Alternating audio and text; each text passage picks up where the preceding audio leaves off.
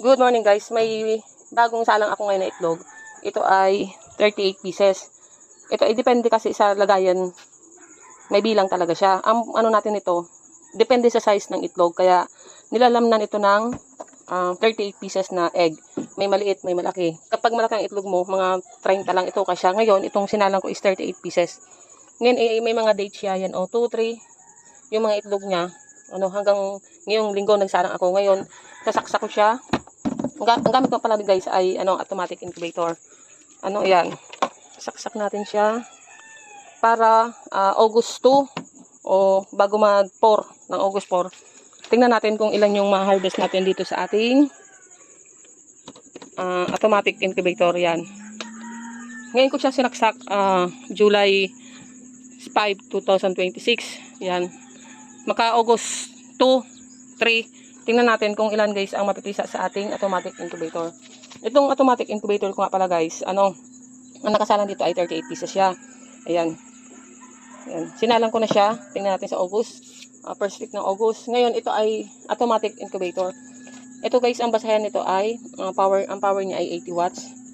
Hoping na hindi magbinaran out dito sa atin. Tapos ito guys, automatic siya na nagro-rotate. Nagro-rotate yung pag-ikot, di ba? Pag sa DIY natin, ang itlog natin ay kung gusto mo ay 3 times a day na automatic, na ikaw mismo ang mag-iikot.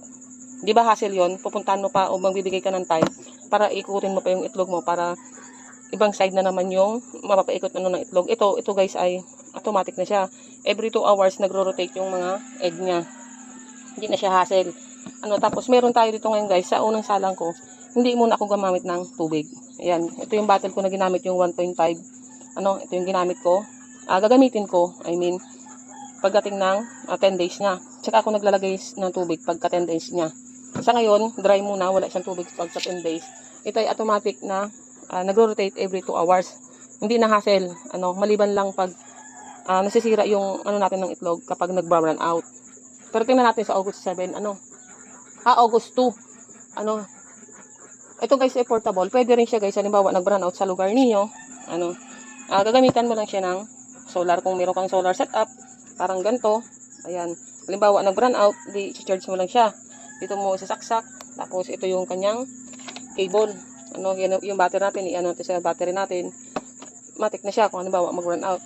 Ito nga pala yung ating automatic incubator is duct. Sa duct tayo ngayon ito yung mga available na pwedeng pagsalangan itong itlog. Yun lang guys. Good morning everyone. Happy Sunday. At yan.